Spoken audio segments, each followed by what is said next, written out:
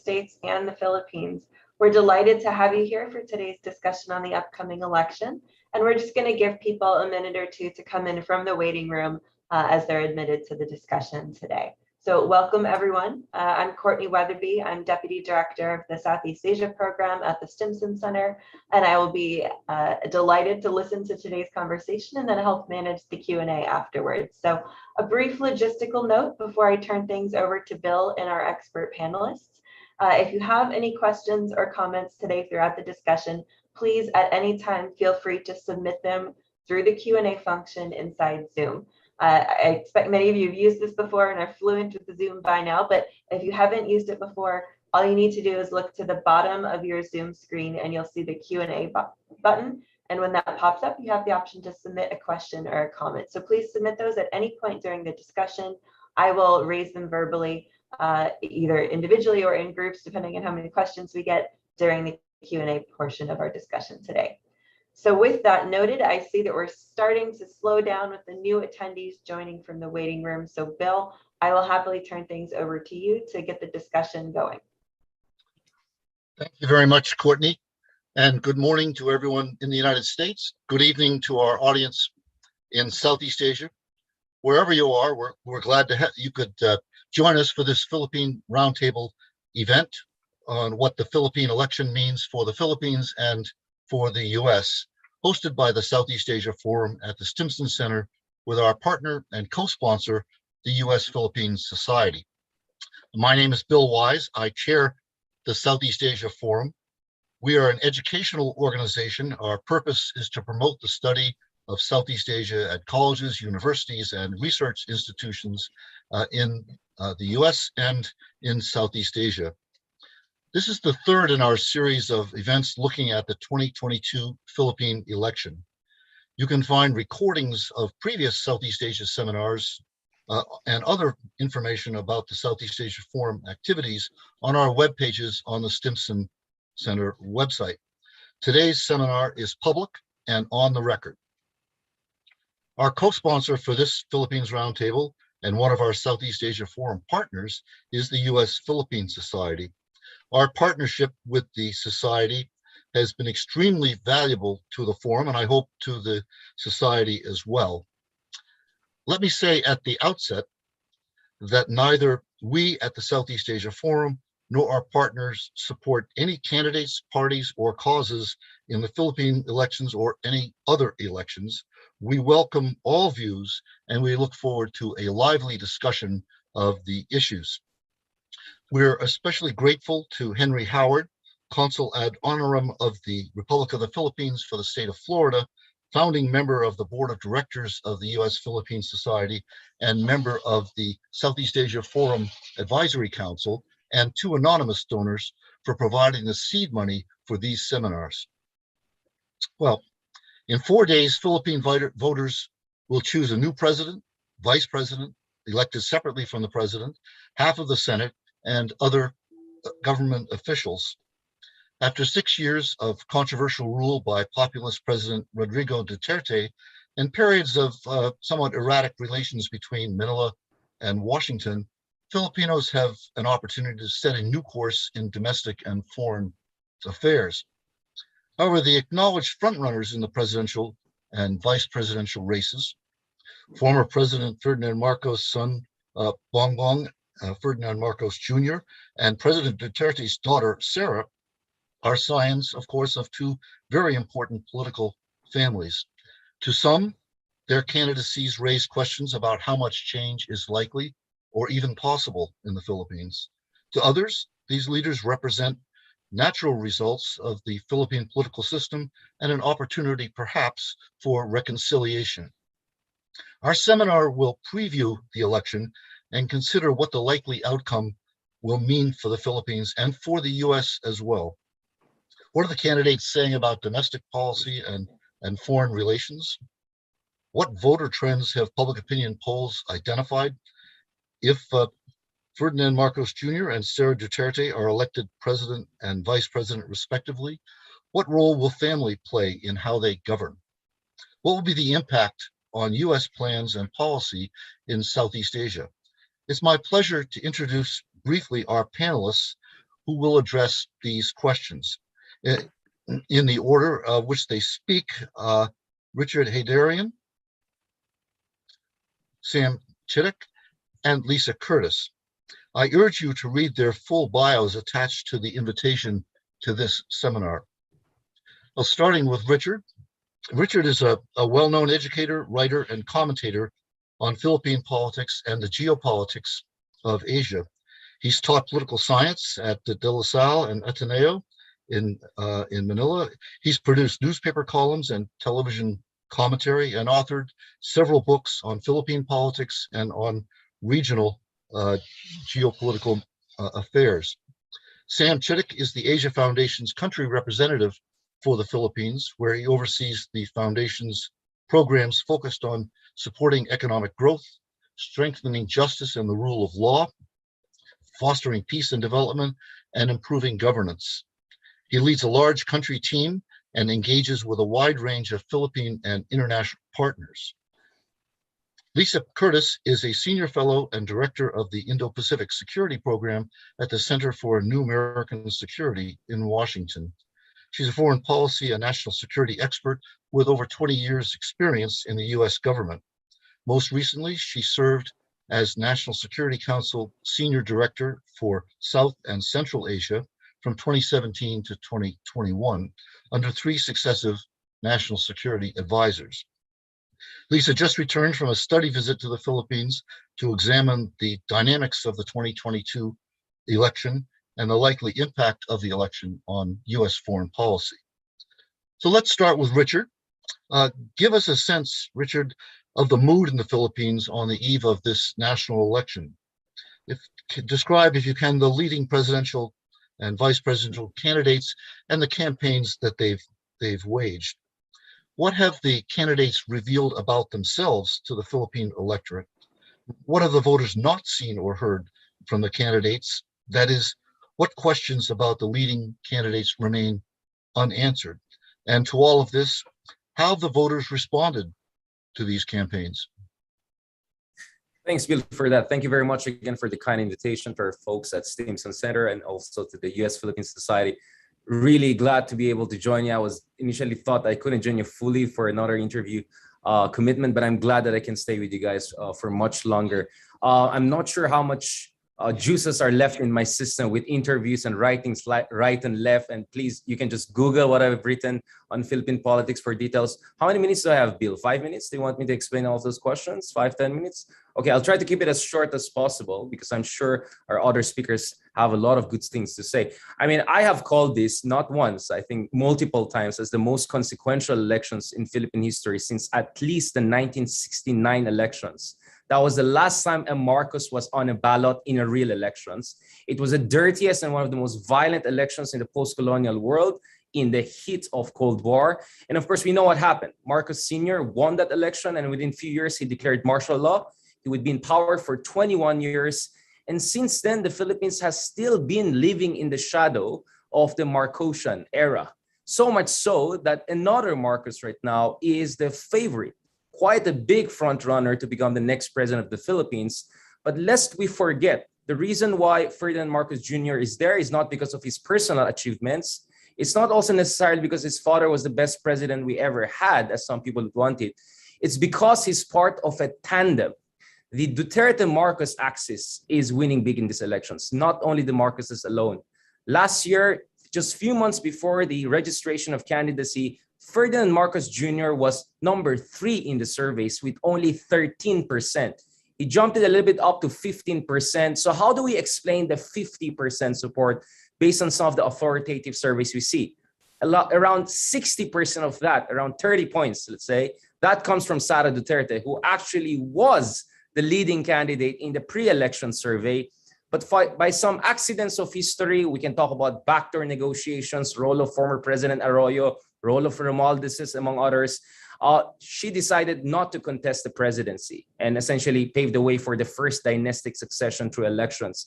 So she decided to run for the vice presidency. That's something we didn't pick up from our American friends. The two positions are contested differently. So what happened was Marcos consolidated essentially the votes of Sara plus his own votes Hence, he went up to 45 to 50% by December of last year.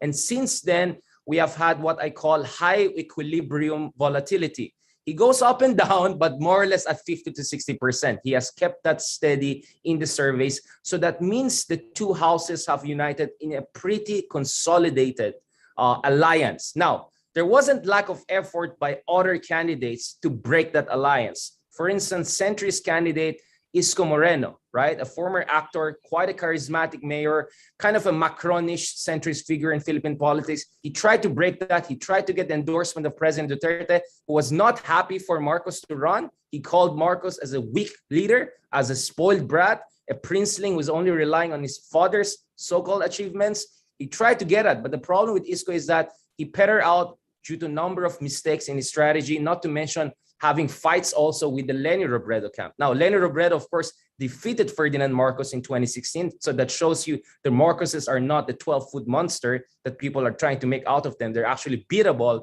But the opposition also has made many mistakes. I don't want to say just days before elections, but let's be honest about it. Leni Robredo was dithering until October last year when the election deadline came. No one knew if she's going to run or not. Friends in the media will tell you that she has had some sort of cordon sanitaire around her over the past few years, not giving much interviews, just as the Marcoses and Dutertes unleashed a campaign of disinformation against her right and left. She has been in defensive position, not taking really the action and taking the fight to them. Nevertheless, she came in October, but we see a lot of tactical mistakes. For instance, we see a lot of upsurge in endorsement from celebrities. We see a lot of upsurge in volunteer support. Well, God bless them. Great job. But this shouldn't come in March, April. This should have come in December, in January, in February.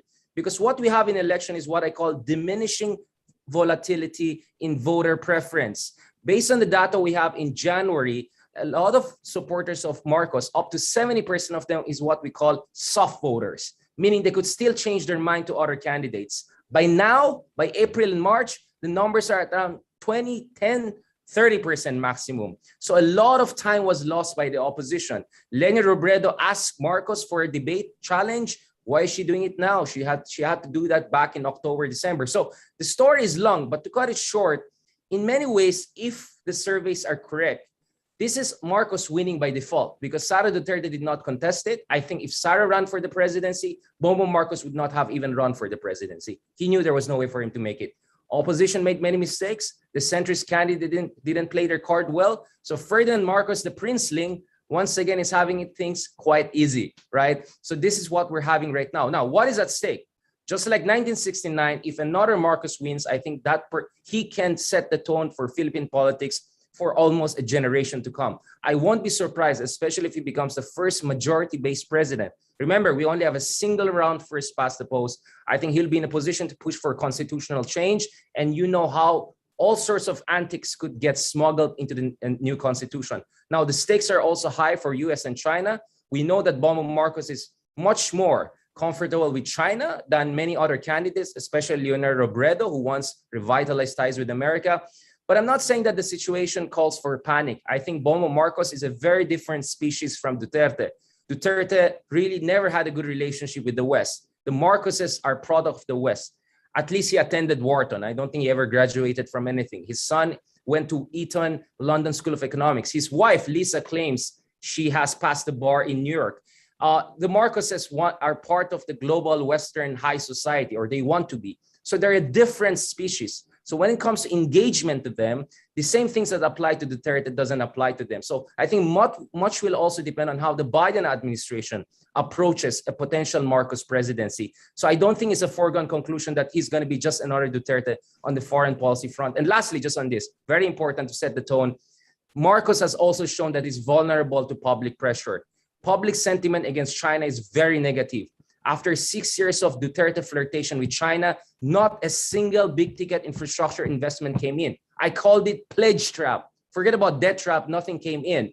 And also China has been even more aggressive in the South China Sea. So he has nothing to show for 6 years of fruitless flirtation with China. That will make it very difficult for Marcos to come in and say, hey, I want to also go love China. So he's going to face structural constraints. Lastly, also the Philippine defense establishment. Pentagon and the Philippine military have maintained robust cooperation. even through the most difficult years under Duterte. And that will also put some structural constraint should Marcos want to go in a more pro-China direction. In short, things are not looking great, but do not push the panic button yet, because there's still many imponderables and factors, not to mention the Dutertes and Marcoses could also compete with each other very soon, if not already. Thank you, Richard. Sam, your thoughts on how consequential this election is. In what ways for the Philippine nation and for Filipinos individually, in what ways does it matter who wins the presidency in 4 days? It matters, definitely. It matters in the way that all elections matter. It matters for policy choices, for relations with other countries, for how the country is perceived internationally. But probably most important for most voters is it matters because it impacts on their lives. In a country that has, at the moment, officially around 24% poverty and around another 20% that are hovering just above that poverty level, the policy choices that the incoming administration make matter a lot. And they're not abstract, right? The For Peace program is an example which supports over 20 million Filipinos and around 8 million Filipino children. The choices that administrations make to expand, contract, or to keep it steady, or even just tweaking the criteria of the For Peace program, that matters a lot to people. So a second reason why it matters is because the first priority for the next administration is going to be, how does the country recover from COVID? Vaccination rates are okay, not stellar when compared to neighbors. The general welfare support is extremely limited. A lot of sectors that were slammed have not recovered, including one of the biggest growth in the last 10 years, tourism. And of course, children are not back in school. Around half the schools are open, and almost all of those are open on a part-time or a partial basis. That's crazy. It's outrageous. And I think that the education and education responses is going to be the third key measure, or the third key consideration for the next administration when it comes into office. Maybe to speak a little more broadly about your question, Bill, your initial question to Richard, what we've seen, I think, is from the candidates, from two main candidates, is a reflection of their leadership styles. Campaigns bring out the best and the worst in candidates. What we've seen from Mr. Marcos is a very tightly managed campaign, on message, no media access, very controlled interviews, no debates, and a zero policy platform. There are no official policies, and it hasn't mattered to voters. As Richard was saying, support still hovers around 50%. What you've seen from Vice President Robredo is a last-minute decision to run, as Richard pointed out, a really volunteer-driven, a campaign that's evolved as it's gone along, a reflection of her personality, I think, leading from behind. So they're really a contrast, and I think the public is getting to see a contrast in how they would behave and perform as presidents.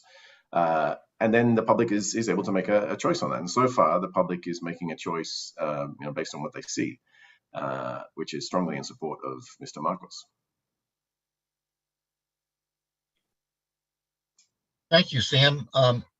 Let me turn to Lisa now and ask you, Lisa, about what the view of the election campaign is from Washington. What does the election mean for the United States and for America's relationship with the Philippines, and how perhaps are you seeing this reflected in the Biden administration thinking? Well, thank you, Bill, and thanks for the invitation to speak today. Thank you also, Hank Hendrickson, the Stimson Center, the U.S. Philippines Society. It's a pleasure to be here with my distinguished panelists.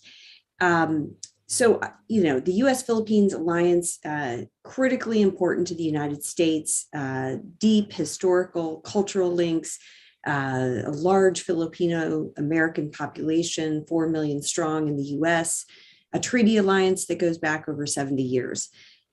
We've fought side by side in many wars. So there's just a deep history between our two countries.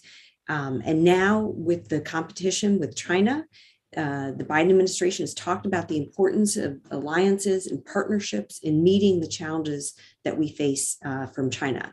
And if you look at those partnerships and alliances, the Philippines really stands out for the reasons that I just talked about, but also because of its strategic location in the South China Sea. Its position in the first island chain is critical to the integrity of the entire U.S. alliance system in the Indo-Pacific. So this election is important, and not only because of the importance of the U.S. Philippines relationship and at this particular time in history, but also because democracy is important at this particular time in history. The Philippines can set an example for the rest of the region, which of course is becoming increasingly subject to the influence of China and its authoritarian ideologies. So, we've seen China seek to undermine democratic systems by corrupting leaders, capturing elites. And when that happens, China gains greater control over those countries. We've seen this happen across the Indo-Pacific. So the importance of Chinese political influence and disinformation campaigns is not to be dismissed. And we've seen that many Filipinos have raised concerns about disinformation surrounding this election, and that's a concern. There have been concerns about attempts to whitewash the rule of Marcos Sr., which we just heard about from Richard.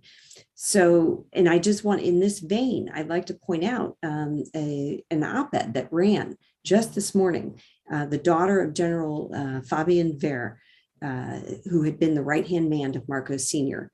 And she talks about growing up, being fed disinformation, misinformation about the Marcos rule, being told it was the golden age for the Philippines.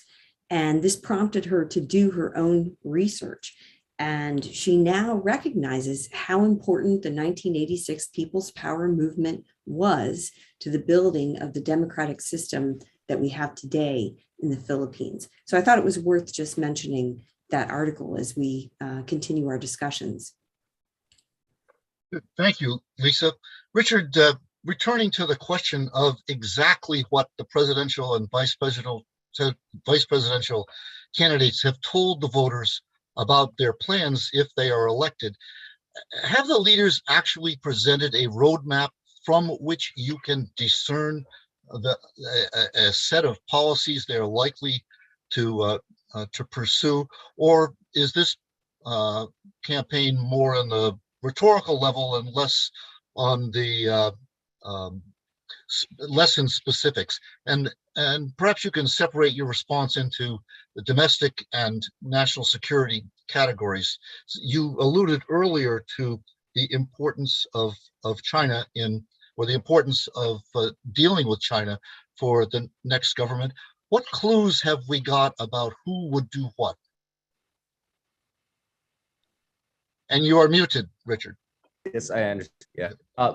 As far as the candidates are concerned, it's like really a 50 shades of vagueness, right? Some candidates are a little bit more particular on this. Some other candidates are more in the realm of abstract or vacuous abstractness. I mean, for instance, Marcos loves to talk about unity. Every time you ask him something, unity is the response, right? I mean, whatever that means. Obviously, he did not bother to attend a single debate of note, except a debate where, the owner of that media outlet actually endorsed him, right? And happens to be an FBI wanted list, but that's another issue. So if you look at the Marcos camp, they have been deliberately vague and avoiding a lot of even commission and election organized debates. They don't want to go there. But if you want to know about their platform, please go to their TikTok and YouTube account. Some of us bother to do that because apparently if Marcos is the next president, that's how I'm going to know his next policies. Probably they're going to just upload it on TikTok and Vlogger and all. So because in the Philippines, we have this expression that the fish gets caught by its mouth. And there was the reading that back in 2016, Marcos kind of had not meltdown, but not his best moment in some of the debates. And perhaps the best thing for him is to avoid any kind of serious interrogation kind. I mean, it's a generic Marcos thing, right? For instance, we want to make the country more economically prosperous. more infrastructure, etc. Some of the more controversial things he said is, for instance, restoring nuclear power plant, right, including the Bataan nuclear power plant. Now, that's a specific policy issue and a specific policy implication. In fairness to him, he has said that he's going to continue the infrastructure build of President Duterte. Totally no surprise with that. Although, of course, the fiscal space is not as much as before because of COVID-19 and the economic crisis that that Sam talked about a while ago. So I don't know how he's going to do that. I think what Marcos is going to do is that he's going to cut the ribbons for the projects that started by Duterte, and he's going to end them. Marcoses are so good in credit grabbing. On the foreign policy front, initially, actually, Marcos, and I think that's really their preference, is to have the most friendly possible relationship with China. He has said openly that he wants dialogue, no confrontation. He even doesn't know what court on earth gave that arbitration award in 2016 to the Philippines. He mistook it with ICJ, I think.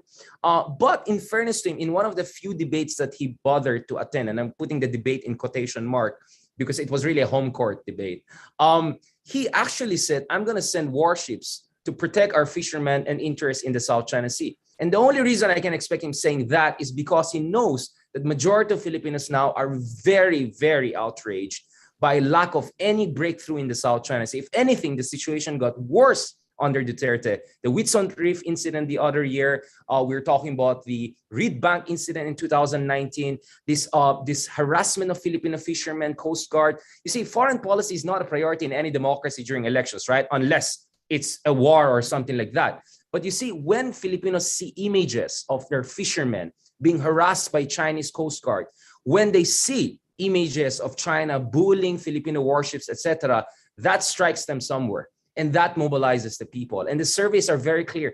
89% of Filipinos want the government to take a tougher stance on the South China Sea. So Marcos, being a politician, he listens to that. He understands that. So that's why sometimes he makes a harder line position. What I'm saying here is that Marcos is not Duterte, because Duterte never had a good relationship with the West, any Western country. He has personal resentment with the West. And China was really his only major foreign partner when he was rising through the ranks, right? While in the case of Marcoses, maybe in the US, they don't have the best relationship with the court cases, but he loves British culture. He has, I think, reasonable relationship with other Western powers, Australia, Britain, Japan, among others, if he becomes the next president. So in short, my sense is Marcos will not be in a position to have the kind of stubborn, I love China, be what it may kind of approach that Duterte took. And I won't be surprised, maybe I don't want to preempt some folks, if our current very good ambassador there to Washington, D.C., Babe Romualdez, a good friend of ours, may end up as the next foreign secretary. Let's not forget, he's Ferdinand Romualdez Marcos, right? So these are relatives. So we may have some very legitimate adults in the room in the cabinet of Marcos, including some top-level technocrats. And unlike Duterte, Marcos at least attended Oxford, 6 months, 8 months, whatever. He has basic literacy, at least in macroeconomics, in ways Duterte never had. So don't be surprised to hear some nice speeches by him on macroeconomic issues. Now, Leni Robredo is a different thing altogether. She's an economist by training, right? She's a lawyer also by training. She has put much more detailed position on economic recovery, on foreign policy. Obviously, on foreign policy, she has made it clear that the arbitration award will be front and center in any engagement with China. She's open to trade, but not to joint development agreements. I think Marcos will be much more open to joint development agreement than Leonardo Robredo, right? Other candidates try to split the difference. Let's say we're open to joint exploration, but not joint development. Some of them don't even know the difference between JDAs and and service contracts. That's a technical issue. We don't want to go there. So if you look at the top two candidates, it is highly possible if there is public pressure. I mean, even if Leni loses, if she creates a robust opposition movement, I won't be surprised that at least on some issues like foreign policy, Bongbong Marcos will not be so gung-ho on going the Chinese direction. And I think if the Biden administration, as I said, engages the Marcos administration on the right level, I think there's a chance to preserve the fundamentals of relations. But one thing that I think will make it very different on the foreign policy front is EDCA. Everyone talks about MDT, Mutual Defense Treaty. Everyone talks about VFA, but EDCA is the real deal. The Enhanced Defense Cooperation Agreement that was signed in 2014 when Obama visited the Philippines, it has been implemented, but in a half-baked manner. So America wanted rotational access to two key bases, Bautista Air Base in Palawan, close to the Spratlys. Basa Air Base in Pangasinan, close to Scarborough Shoal. That hasn't happened under Duterte, part of his concessions to China. Not much love in return. So it depends. Let's see what Marcos will do on that. I think if Lenny wins, immediately the EDCA will be implemented fully. If Marcos, that will be part of the horse trading. But I think that is very essential. I think Lisa mentioned how the Philippines is important to the US. Let me just give you numbers. The number of joint military activities between US and the Philippines is more than any other Indo-Pacific partner of US, up to 300 joint military activities this year alone. This is a very important thing. Those bases will be crucial to America's projection of power and deterrence of China's worst instincts. Sorry, I think the coffee was too much. Sorry if I'm a little bit too passionate or energetic, but I'm trying to get as much information across in a short span of time while giving my excellent co-panelists time also to kick in. Thank you. Okay, well, we support not only coffee, but also passion, Richard. So thank you for your comments. Sam or Lisa, did you want to make a comment about this issue of what specific kind of policy actions the leaders have suggested that they will take? I agree with Richard that popular opinion matters. And on the West Philippines, the West Philippine Sea, for example, 2016, Duterte was in lockstep with the majority opinion, which is, he was going to get on a jet ski and ride to the islands. That changed immediately after election. So with a track record of Mr. Marcos on these issues, it's hard to tell what is official policy or what would be official policy post-election and what is an election or a campaign position, so to speak. I agree with Lisa and Richard's comments about the importance of the relationship. The core that's held it together the last few years has been those deep security relationships. As Richard outlined, the number of events that happen year to year, but there's also a lot of person-to-person relationships that have really worked to temper some of the excesses in foreign policy of the current administration in a positive way. And I think it's very difficult to read the tea leaves on how a Marcos administration will sit on that because of the historic difficulties. Mr. Marcos himself facing court cases in the US, difficulties of traveling there, difficulties of establishing relationships. What I would say is that Richard's point about the Biden administration having choices is very accurate. The appointment of a new ambassador is a fantastic step. And there's no substitute generally for turning up relationships. Personal trust matters a hell of a lot, as you know, Bill, and many on this call know. So steps in the right direction are attending first person all of those upcoming summits and conferences and forums in the region, actually being present. Staying on these the issue of defense and foreign policy, Lisa, what might the United States do in Southeast Asia that would strengthen our relationship with the new Philippine administration, regardless of who is elected? Are there specific steps that the Biden administration is considering or ought to consider to cement this relationship? Absolutely. I think the election of the new government really offers an opportunity for Washington to build a firmer foundation for the alliance. And to do this and to avoid the kinds of disruptions that we saw under the Duterte rule, I think Washington needs to nurture all aspects of the relationship. Yes, the security relationship, very important, underpins all aspects of the partnership. But I think it's important that we move forward on things like the vaccine donations that we saw last year, continuing to support the Philippines in fighting the COVID-19 pandemic, things like including the Philippines in the Indo-Pacific Economic Framework, which is soon to be announced by the Biden administration. One area of opportunity is a U.S. Philippines digital standards agreement. We know that the Philippines concurs with U.S. favored digital standards, and this is very important for the business processing outsourcing industry in the Philippines. So these are some of the non-security things that the U.S. can do early to really try to solidify and firm up the U.S. Philippines alliance. On the security side, I completely agree with Richard on EDCA and its importance. This important agreement stalled, unfortunately, over the last few years. So moving forward with the commitments, this will, help the Philippines Armed Forces to acquire military capabilities they need in the short term, as well as support their long-term military modernization goals, as well as Richard points out, improve United States access and help it reinforce its posture in the region, which is so important. Both sides can also recommit to the alliance, sharpen their commitment to the alliance, develop a common strategic vision that is both based on Philippines' strategic autonomy, but also on a rules-based order.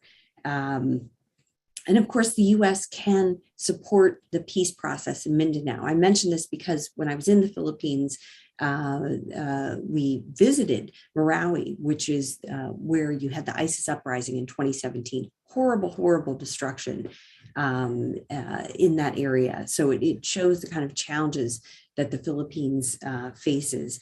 And even though the peace process is working, you have the Bangsamoro Autonomous Region in Muslim Mindanao, the BARM, which is functioning, but they need support. And so this is an area where the U.S. can continue to provide assistance and help that peace process. And the last thing that I would raise are the legacy issues. And I know we have Henry Howard here with us, and he's going to be giving remarks soon. Henry and Hank as well, absolutely crucial in the return of the Balangiga bells in 2018. These were church bells that American soldiers had seized as spoils of war in the aftermath of the Battle of Balangiga in September 1901. And the return of these bells was very symbolically important. Even Duterte himself called it a generous act by the United States. So there are more things like that that we can do in the future because we do have a complicated colonial past. And even though Duterte maybe overemphasized that, it's still there, and it's something that we need to acknowledge. So there are things that like that the U.S. can do. There are changes to the Filipino Veterans Equity Compensation Act that can be made in terms of ensuring that that process is streamlined, making sure that Filipino veterans receive their rightful compensation for their service in those wars. So these are just a few ideas of how the U.S. can strengthen the alliance. And I think, this is possible regardless of who is elected. That's really helpful, Lisa. Thank you very much. That you've set out quite an interesting agenda for the Biden administration. I have no doubt that with the upcoming U.S. ASEAN summit, the administration is considering seriously many of these ideas, and I hope they take your thoughts into account. Before we go to audience questions in just a minute, and I see we are building a good solid queue of audience questions. Sam, I wanted to point out one other matter and ask your comment about it. There's a second national election on May 9th that will fill half the 24-member Philippines Senate. Can you tell us briefly who are the leading personalities in among the senatorial candidates? Are there going to be any surprises, or is this pretty much a decided matter? And more to our point, how important is the Senate likely to be in Philippine politics, and especially in governance in the first year of the next president's term? Is the possibility of constitutional change that Richard alluded to earlier enhanced or diminished by the election of a new Senate?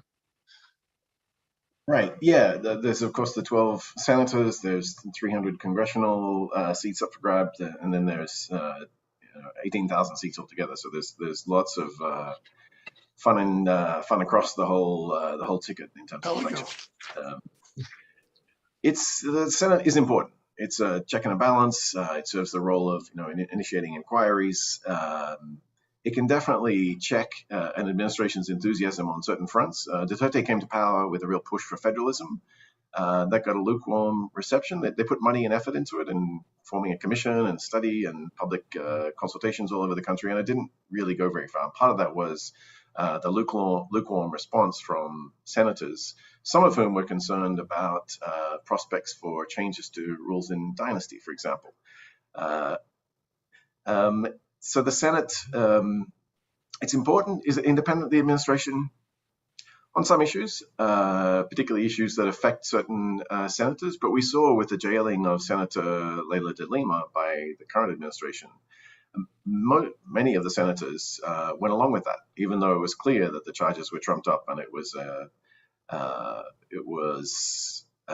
there were false accusations. So even for one of their own, the Senate proved to be relatively not independent of the administration. In terms of who's going to get elected, the polls are showing, polls come out regularly. The last ones, usually the top 6 or 7 in those polls are pretty secure, but there's a very heated battle for those who are ranked 9, 10, 11, 12, and then 12 is a cutoff, and then all of those who are, from there on down. The top of the polls at the moment is a guy called Rafi Tulfo, who's a radio host and longtime commentator, interestingly running as an independent, endorsed by Pacquiao in his slate, but really independent and topping the Senate surveys. There are quite a number of returning senators, Lauren Nagata, Alan Peter Cayetano, Chiesa Scudero, to name a few. Robin Padilla is in the top 6, an actor who is running for first-time office. And then there are a number of current senators who are positioning to run as well. Win Gatchalian, Mig Zubiri, and Risa Hontiveros.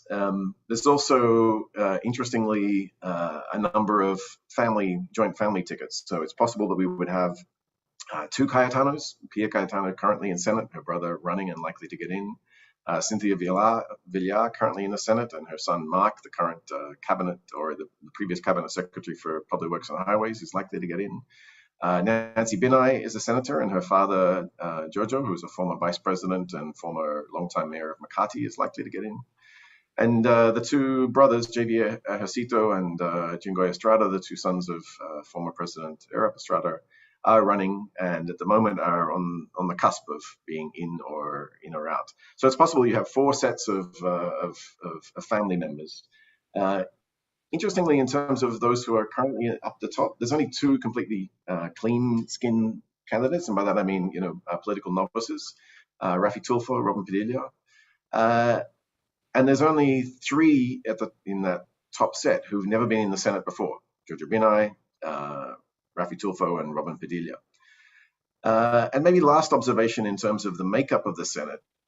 In 2019, the Duterte administration slate, the slate that the president endorsed, won all 12 slots.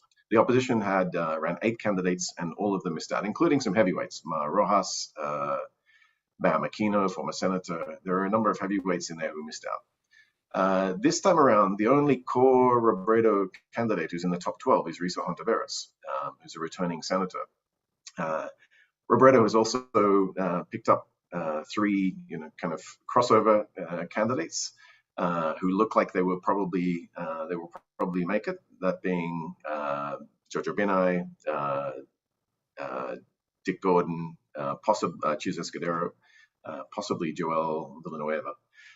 So it really raises questions around the positioning for the kind of election that a Senate encourages or rewards, and the way the opposition has lined up its candidates. It's a fascinating competition, and no doubt the next couple of days are going to be extremely heated in terms of the positive and negative attempts to promote or discredit candidates for those Senate slots. Thanks, Sam. I ask you this because sometimes the legislative races run below the radar in the U.S., and I wanted to make sure that we all understood that this is a broad national election, not simply voting on a president and a vice president. Well, now it's time to go to our audience questions. We are blessed with a significant number of questions, And my Stimson colleague, Courtney Weatherby, has been putting these questions together into a coherent set. And Courtney, please proceed. Yes, so we've got a large number of questions coming in from members of the U.S. Philippines Society, and I see a lot of questions that are specifically targeted towards asking about Bongbong Marcos. So I'm actually going to group a number of those together to just sort of kick off some continued discussion about Marcos Jr.'s thoughts and potential implications of his win, and then move on to some of the broader questions about political trends and the election. So just looking at Bongbong Marcos, our questions include a few specific things. So, if Bongbong Marcos wins the presidency, how do you see his relationship with the United States, given the involvement of the US in deposing his father in 1986? And then following that, a couple of questions came in about sort of the extent to which our speakers are concerned about Marcos Jr. becoming an authoritarian leader if he wins the election. So I'll throw those out there. These are directed towards the entire panel. So whoever wants to jump in on these to continue the discussion you've already had about Bongbong Marcos, please go ahead and share some thoughts now, and then we'll move on to some of the broader questions. Yeah, Bill, can I also thank you for this question? Sorry, I'm going to drop in on the issue of legislature is also very important, because the only reason why I would argue that Duterte was not able to change the constitution over the past few years is because of the Senate. You need 2/3 in both houses separately. He got that easily in the Congress, lower house, which is a rubber stamp essentially, and a cesspool of patronage politics. But in the Senate, you have a bunch of more independent-minded people who want to be the next president. So they don't want to be just the plaything of Duterte. Now, as things stand, it looks like Marcos might get the 2/3 he needs. Right? He might be in a very good position for the 2/3 because you need that to change the constitution. That is why the Senate is very important. If Leni wins as the president, nothing is impossible, right? She will face also quite a very hostile legislature, right?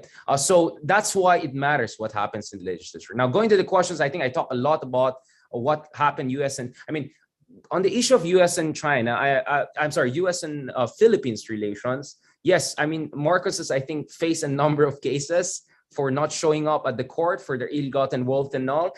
But I remember very well, because I tried to cover multiple countries. Narendra Modi had restriction issues in the US for the pogrom that happened in Gujarat in the early 2000s.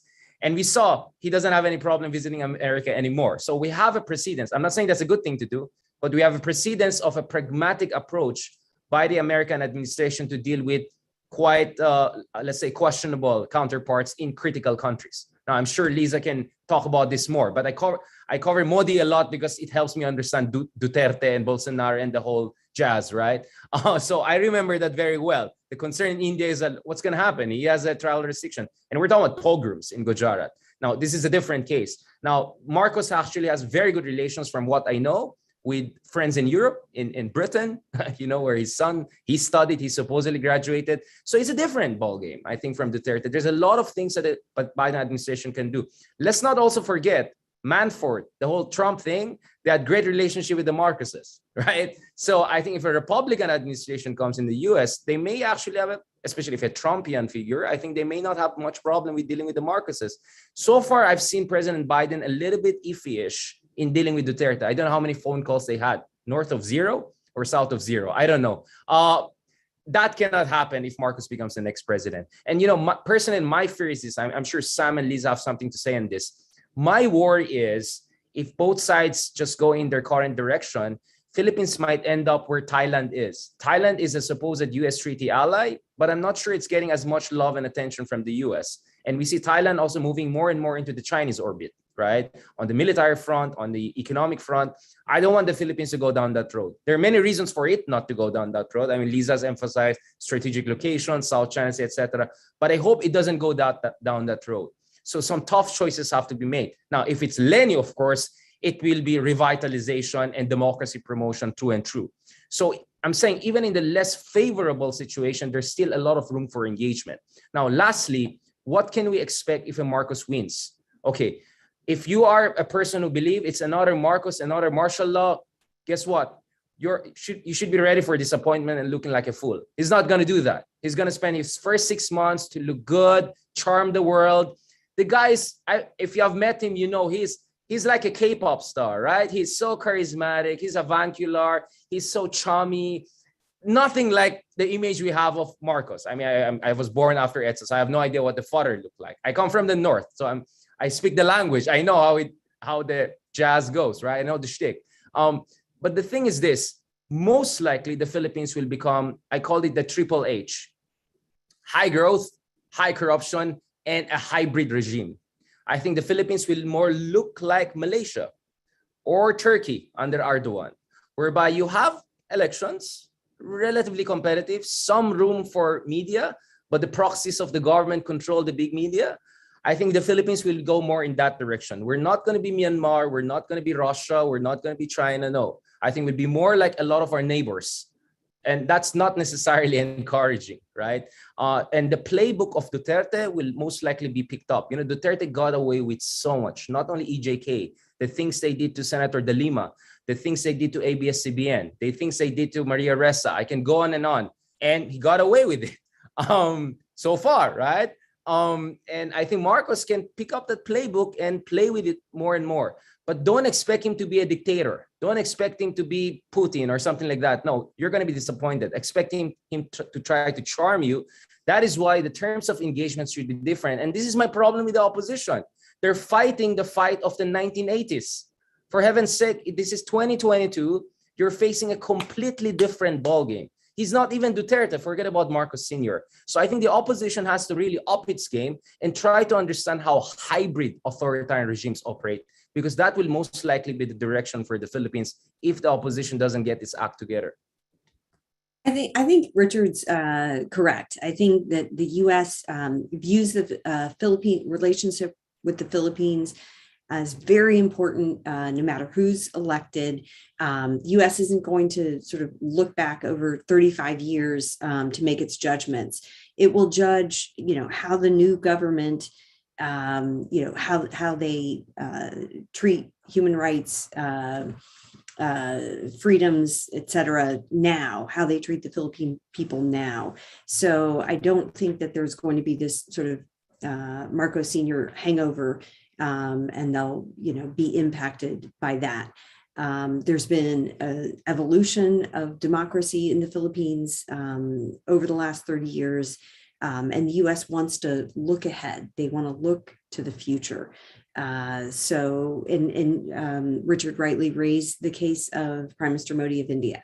I was, still am working on India issues and saw firsthand how, Modi, once he was elected, there was a lot of respect shown toward him. He had no problems visiting the U.S., even though previously his visa had been revoked.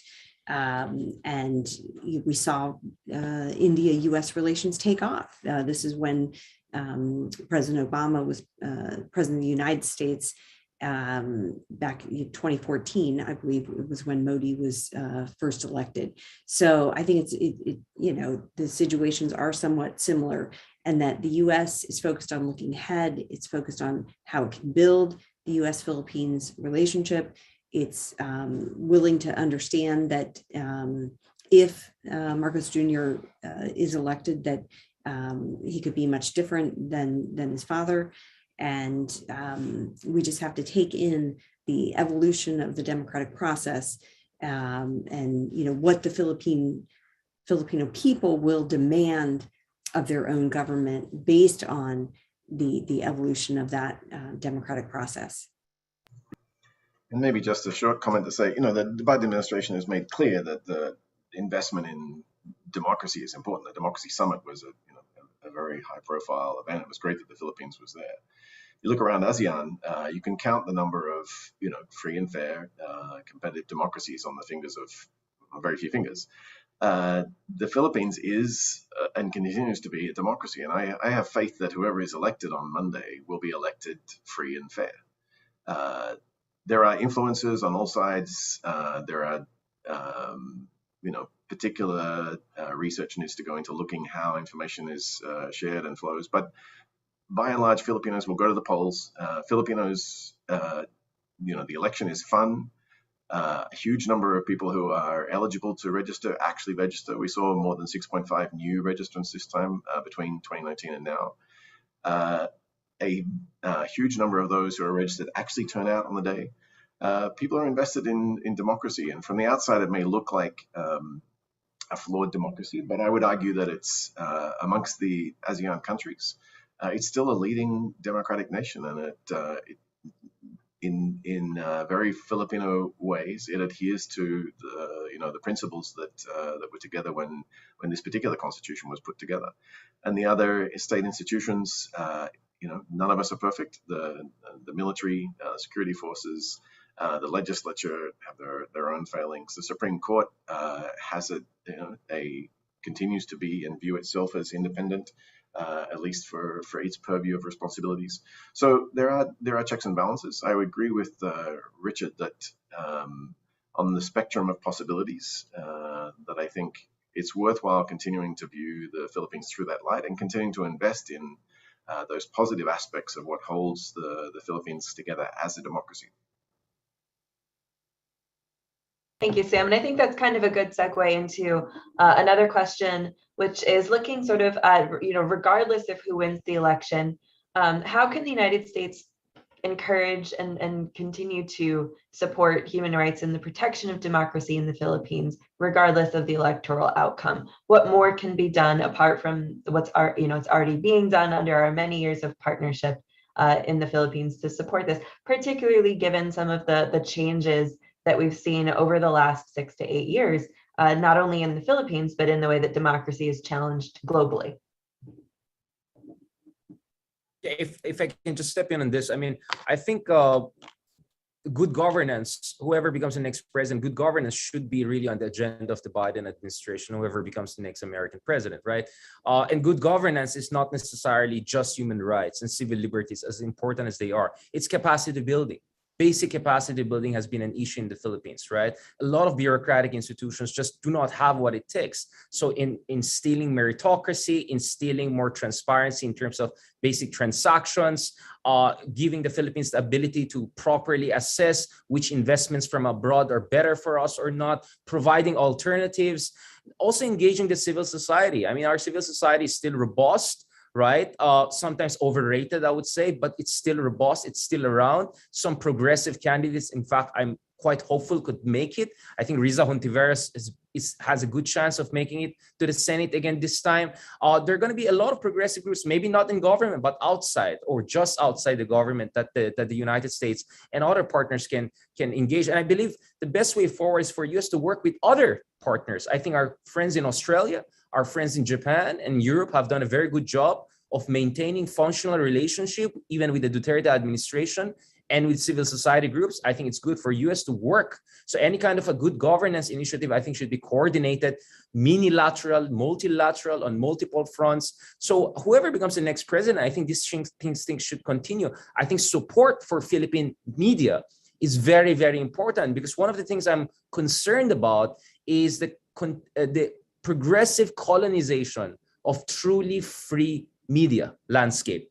by proxies of elites, political elites, right? I'm worried about the climate of self-censorship I'm seeing in my country, right? I've worked with all big media here. I still work, right? And I'm a little bit worried about that. So I think it's important that they feel they're not alone. I know Maria Ressa is getting all the love and attention in the world, but she's not the only one doing the job, right? She's just one of thousands. Many thousands are not getting the recognition they deserve, but I'm glad she got the Nobel Prize.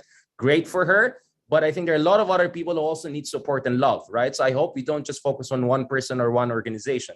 And Rappler is not the biggest organization in the Philippines, right? So I think it's good to engage the media on multiple fronts. Sorry for saying a little bit going against the grain, but I have to say this, So you have to make it feel that journalists in the Philippines, academics in the Philippines, activists in the Philippines, good bureaucrats and technocrats in the government who will be there, good guys who will be appointed to the cabinet, they want to feel they're not alone. They want to feel that China or Russia is not their only option, right? So give options, engage multi-level, and work with other allies who also have similar agenda and very functional relationship with Philippine government on all levels. I think that's really the way forward. So I'm still cautiously optimistic that there's no reason to press the panic button, whoever becomes the next president of the Philippines. I completely agree with Sam that do not give up on the Philippines.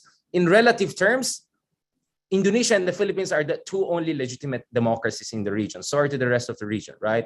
Yes, the bar is very low, but we don't want these two last democracies to also fall below the threshold, right? So engage the Philippines and make sure our democracy is not just elections. Make sure it's also rule of law. And rule of law, I think whoever becomes the next president will want a certain degree of rule of law. I mean, even Marcos has said that they will continue to keep the Presidential Commission on Good Governance. Obviously, it will not target them anymore, but they want to do something about corruption because surveys constantly say in the Philippines that people are angry at corruption.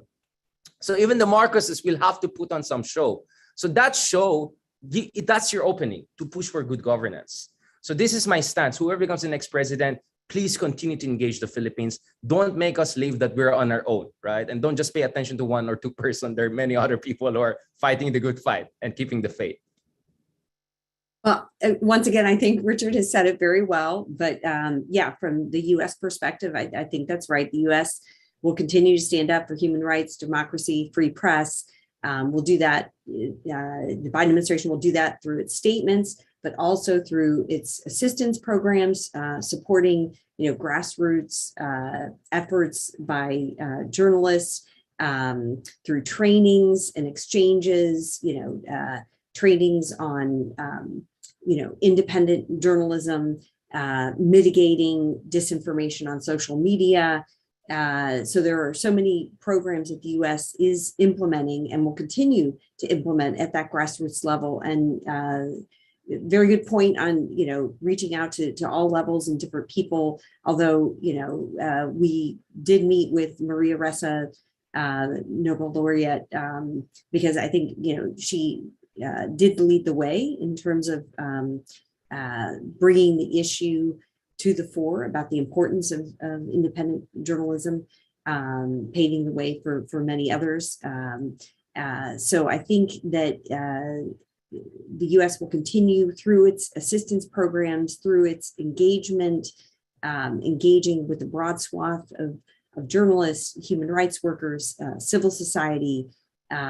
This is really important. And I think this is the best way you support democracy in any country, is just to engage broadly with all the players in civil society that are contributing to the foundations of that democracy. Thanks, Lisa. And I think, Courtney, we have probably time for two questions if we can be brief in the answers. And then we'll ask Henry Howard to make his closing remarks at about 10:10. Courtney? Sounds good. So we had a couple of questions, and this was just referenced by both Lisa and Richard, but I'd like to sort of expand on this discussion a little bit more about the role of disinformation in elections. So I know, Richard, you were talking a lot about the importance of free and fair media. Lisa, you were talking about sort of the need to combat disinformation. Can you talk a little bit about the extent to which disinformation, specifically Chinese disinformation, has been an active part of the political process in the Philippines recently? And I'd like to throw in there a question as well, which is the role of non-traditional media disinformation, and rather looking at the role of social media, because we've seen that become increasingly important over the last decade in political processes. Right. Speaking of that, actually, I was at the Munich Security Conference earlier this year, and I tried to stick around in Europe to cover the Ukraine issue. And looking at my Facebook page, which just has a few 100,000 followers, among others, I noticed suddenly there are a lot of experts on NATO expansion. I suddenly noticed a lot of comments on Mearsheimer's idea. And that was quite alarming to me. It's like, wow, suddenly our influencers know everything about NATO and Ukraine and Russia. And that made me think, is China only the one that we should worry about as far as disinformation is concerned in the Philippines? I mean, one of the problems we have in the Philippines is that we have no robust oversight capacity to even monitor what kind of disinformation networks are operating in the country. Thanks to Facebook, our friends in Meta, we got to know that there were accounts based, I don't know, somewhere in Fujian who were pushing for a Duterte somewhere in 2020, right? So that means there's a lot of blind spots here. And that's why I'm saying capacity building is key. Let's not forget that China already has a telecommunications investment in the Philippines. We will likely even further open our telecommunications sectors. China Telecom could be a big player in the Philippines. That's going to raise some concerns, right? So it's important the Philippine government has the capacity to make sure some mumbo jumbo stuff are not happening. So, but speaking of this information, in fact, there was a plan. I mean, there was a push by the Senate for a new law that, for instance, requires people to register, I don't know, with their ID or something like that to make sure that these bot troll farms, etc., will be a little bit mitigated. But President Duterte struck that down, obviously, because he benefits a lot probably from the system. But something has to be done about that. I mean, I was based in Taiwan for quite some time. We had conversation with our Taiwanese counterpart, President Tsai Ing-wen, among others. And notice in Taiwan, they were able to fight against sharp power operations without undermining the fundamentals of their democracy. I saw that person in Taiwan. I had conversation with our good friends here in Taiwan. I know in Australia, there has been some efforts. Singapore, well, not necessarily the most democratic country, but they have been doing something about it. I think the Philippines should go along similar lines. We have to have guardrails. We have absolutely no guardrails in our social media space, which is increasingly as important as your mainstream media. I mean, it's insane. Facebook is at the same level as radio, almost catching up with television. I'm very active online, right? So I can really see, even on TikTok, for heaven's sake, so I can really see how influential this is. And there's absolutely no guardrails. It's a wild, wild west down there. And I'm really shocked at the complacency of Philippine administrations after administrations of not doing anything about it.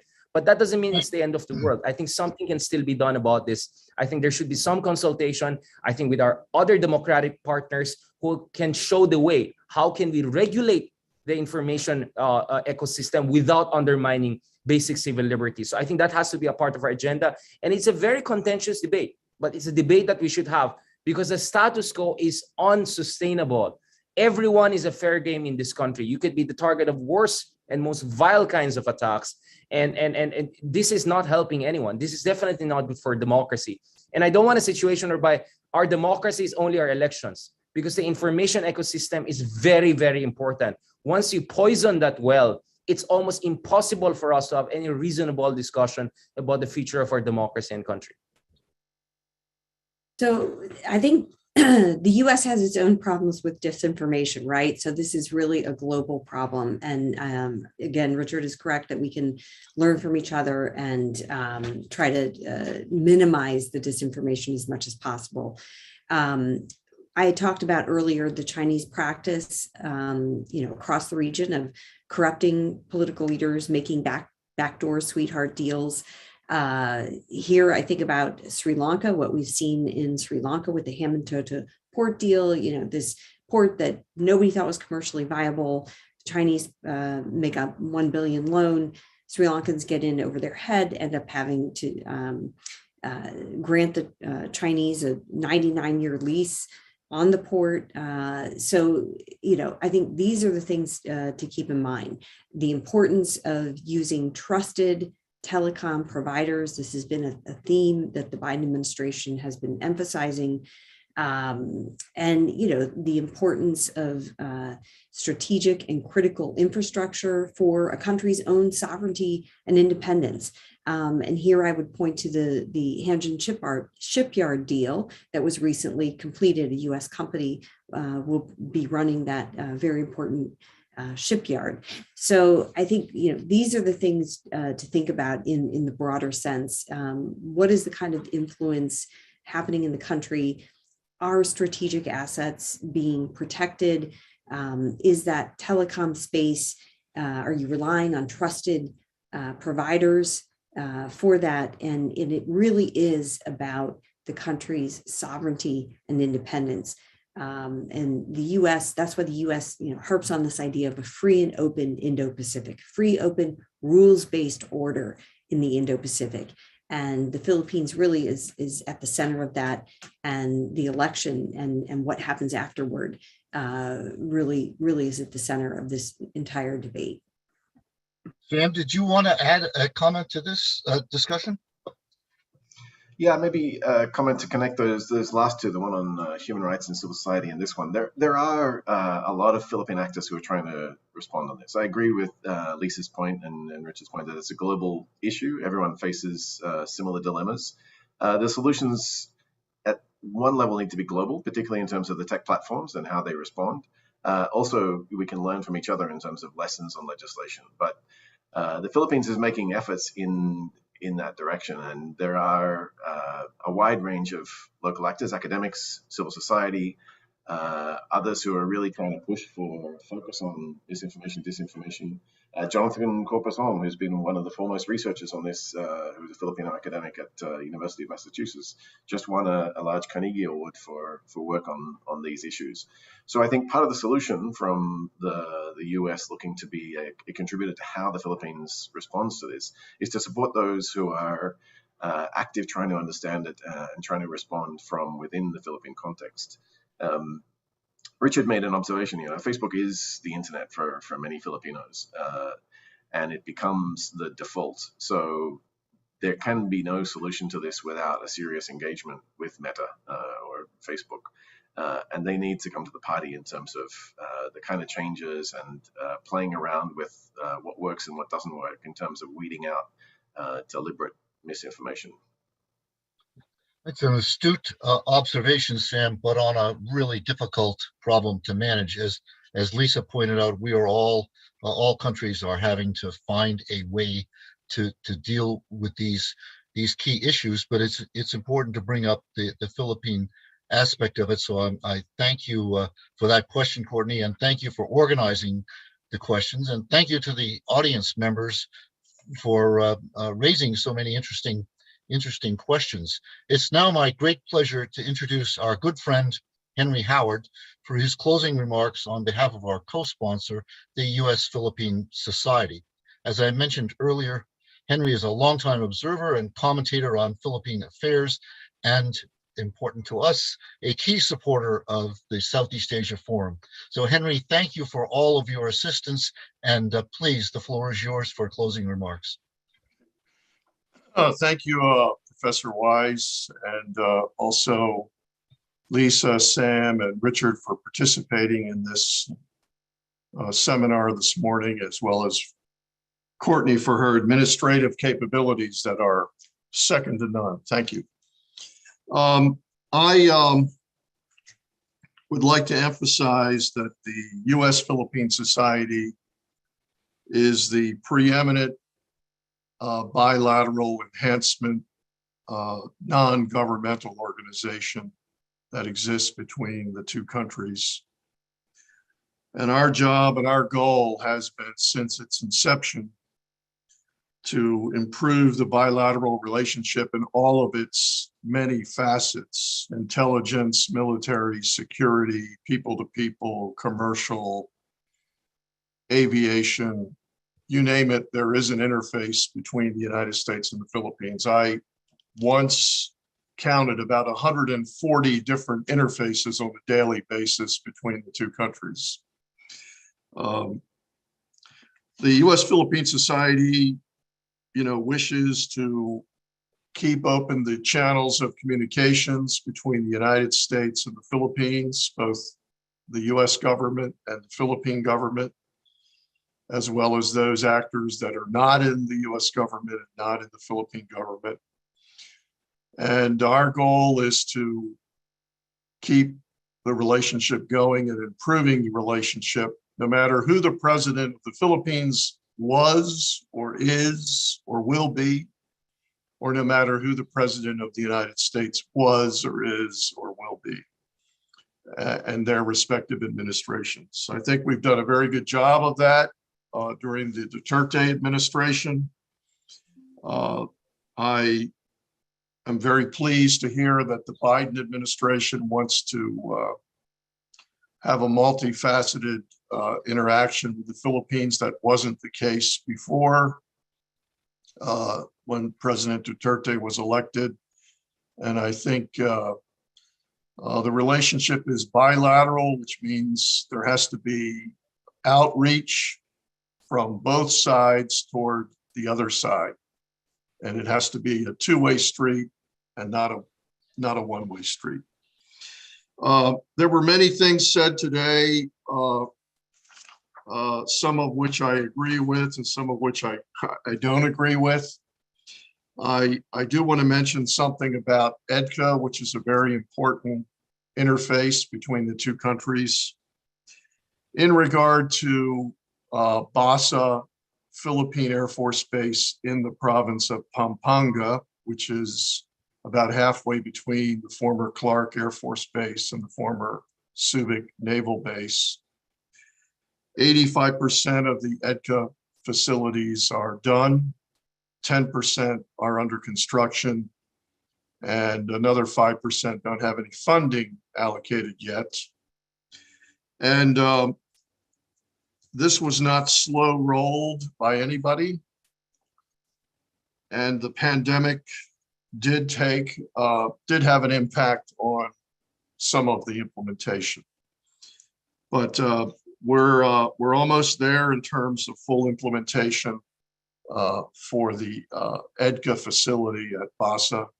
And Lisa and I were there not too long ago and got the confidential intelligence briefing by the Philippine Air Force on that matter. In terms of the election, I just want to make a couple of comments. Richard wrote a very good book. You should all read it. It's called A Populist Revolt Against Elite Democracy. And the elite democracy is in the hands of the oligarchs and the taipans and the family dynasties at the provincial levels in the Philippines. And the 2016 election of Duterte was a manifestation of this populist revolt against the elite, the so-called elite democracy.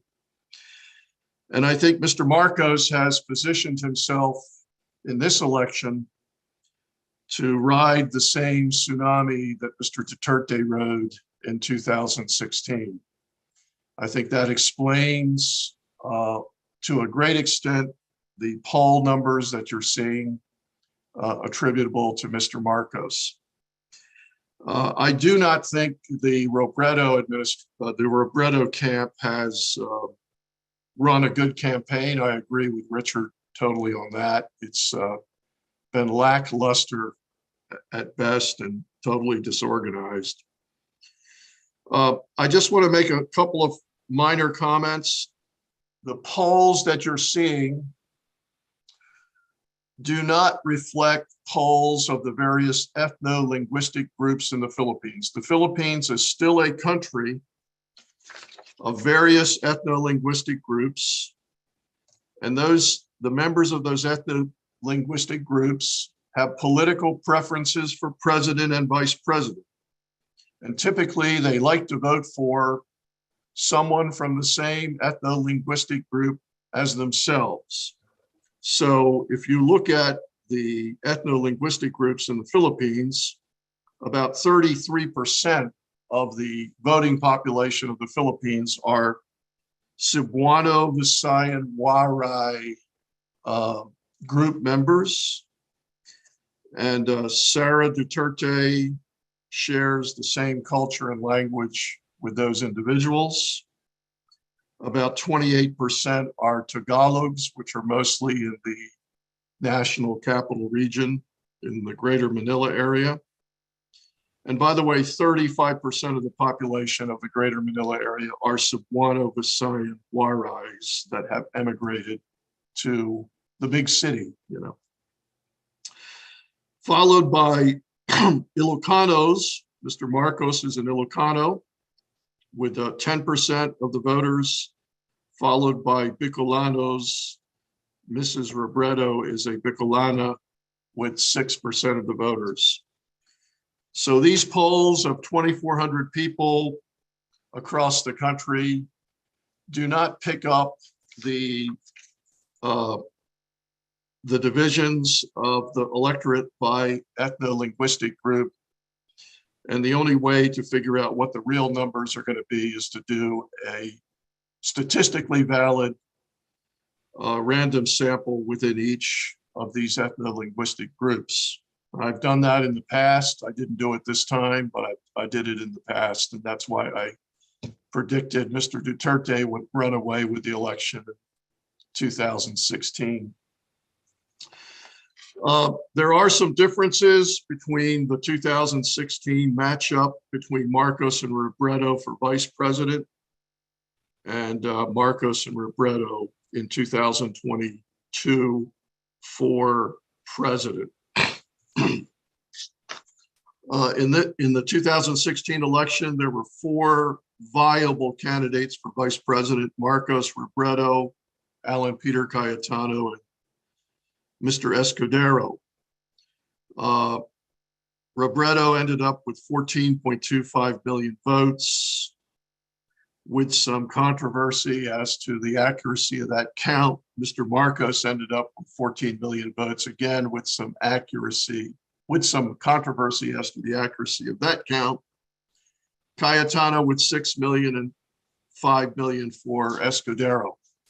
Cayetano was President Duterte's running mate, and Escudero was Senator Poe's running mate. Senator Poe is the individual that came in second to President Duterte. He got 16 million votes and she got 9 million votes. So I suspect the Cayetano crowd in 2016 are going to break to Marcos in 2022. And I suspect the Escudero crowd in 2016 will largely break to Robredo in 2022. And as I mentioned, there are only 2 viable candidates for president in this 2022 election, which are Marcos and Robredo. The other ones are nuisance candidates. I hope Manny Pacquiao doesn't punch me in the nose for saying that, my friend Manny Pacquiao. But and Isco Moreno is even more of a nuisance candidate than Pacquiao is. The Marcos group and the has the endorsement of the Philippine Democratic Party faction headed by Energy Secretary Cusi. That is in effect the endorsement of the incumbent government, national government. 85% of the 83 governors and 75 city mayors have endorsed Marcos. The Iglesia Ni Cristo, which is a block vote of about 2 million votes, has endorsed Marcos. There are more Ilocanos than Bicolanos, as I mentioned.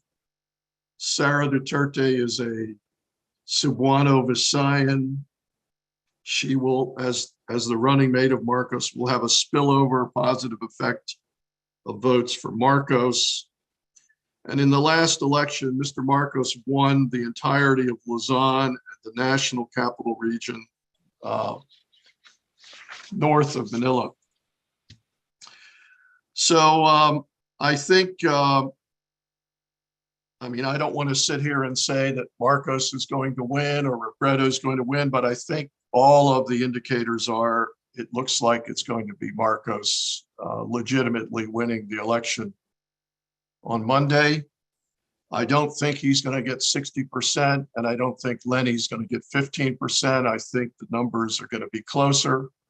And as to the relationship with the United States, I hope the United States can leave behind some of what happened in the 1980s and have a working relationship with the duly elected president and vice president. But at the same time, we also have to ask Mr. Marcos and his family to leave behind what they perceive the United States did to them in the 1980s and in 1986. So there's going to have to be some substantial, material, frank discussions. And with that, I want to thank Professor Wise, my very, very good friend. I also want to thank Lisa Curtis, my recent traveling companion to the Philippines. And Richard, always a pleasure to see you. And Sam, thank you for being so well immersed in the Philippines. Take care, everyone. Thank you.